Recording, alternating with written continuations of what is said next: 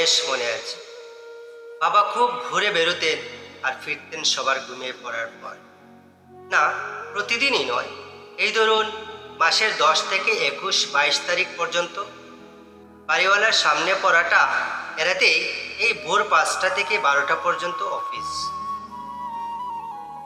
বাবা বেশ রাগী ছিলেন। আমরা বাবাকে ভয়ে কিছু প্রশ্ন করতে পারতাম না। পারলে নিশ্চয়ই জিজ্ঞেস করতাম, বাবা, তুমি রোজ অফিসের আগে ছুটির পরে সংসদ ভবনের পাম ট্রিগুলোর নিচে অন্ধকার স্যাঁতসেঁতে রাস্তায় বসে মাথা হেড করে কি ভাবো? কে তোমার সকালের নাস্তা বানিয়ে দেয়?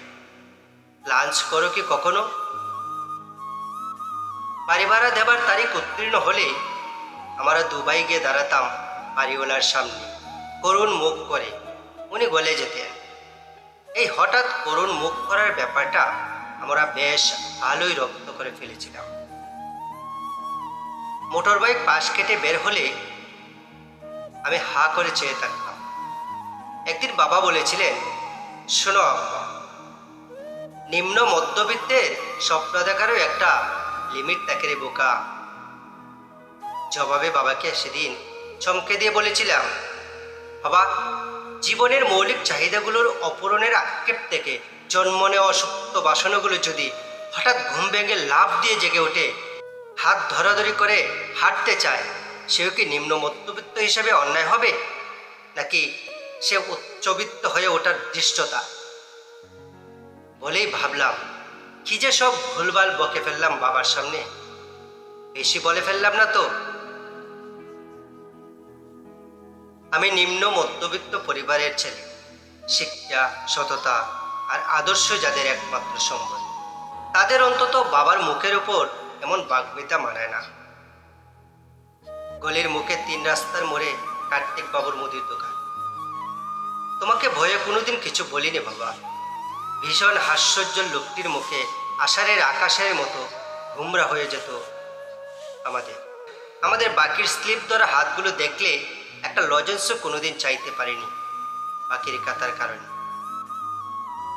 বাকিতে মৌলিক চাহিদা মেটাতে মেটাতে শৈশব যে কোথায় ছুটে পালিয়েছিল তা টের পেতে পেতে তখন আমিও আরেক বাবা হয়ে উঠছি।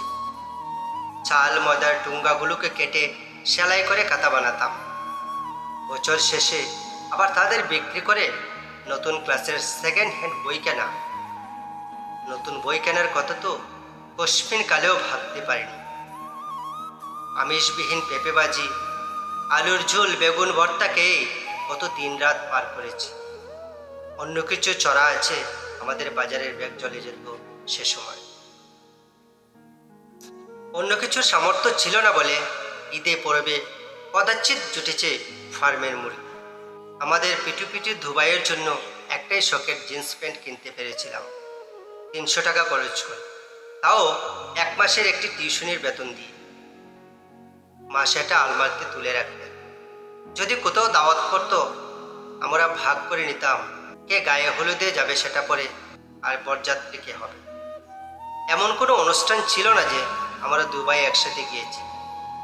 উপহার সামর্থ্য কোনোদিনই আমাদের ছিল না, তাই আমরা শুধু বরযাত্রী বা গায়ে হলুদে যেতাম। আমি একজন নিম্ন মধ্যবিত্ত পরিবারের সন্তান, যাদের কোনো চাহিদা থাকতে নেই। আমাদের মা তবু খুব সুখী ছিলেন, কারণ ক্ষুধা লাগলেও আমরা ভাতের মার লবণ চিটিয়ে খেতে পারতাম। তখনও মাছের কাঁটা বেছে খেতে শিখিনি। মাও সে কথা জানতেন, দুষতেন দারিদ্রতাকে। আমি দিব্যি পটলের তরকারি দিয়ে আয়েশ করে ওঠার ভান করাটা শিখে নিয়েছিলাম। স্কুলের টিফিনের জন্য জেদ করেছি কিনা ঢের সন্দেহ আছে।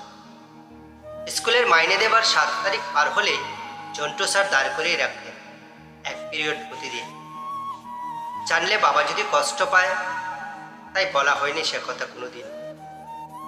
প্রায় হাঁটু ছিলে ধকধকে কত নিয়ে ফিরতাম ফুটবল খেলে। গভীর রাতে আমরা ঘুমিয়ে পড়লে বাবা এসে কেরোসিন লাগিয়ে দিতেন অ্যান্টিসেপটিক হিসেবে। ঝরঝর করে পানি পড়তো তখন তার চোখ বেয়ে। কেন বাবা, কেন ফেলতে? আমার হাঁটুর কত, এই যে রক্তাক্ত চামড়া ছেঁড়া, কেন যে তার চোখের পুকুরটাকে আন্দোলিত করে যেত সে সময় বুঝতে পারি। অন্যদের দেয়া সেকেন্ড হ্যান্ড জামাতেই নিজেদের মানিয়ে নিতে শিখেছিলাম।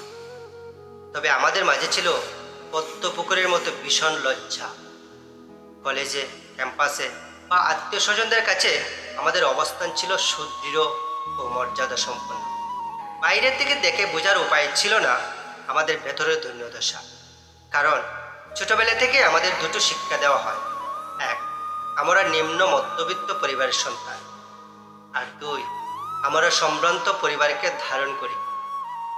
আমাদের বুক, পেট, তলপেট, উদর, বৃহদান্ত্র, উদ্রান্ত সব ক্ষুধার তাড়নায় ফেটে ছিন্ন ভিন্ন হয়ে গেলেও আমাদের মুখে সব সময় ছাদের হাসি লেপ্তে থাকে। আমাদের মুখে সব সময় ছাদের হাসি লেপ্তে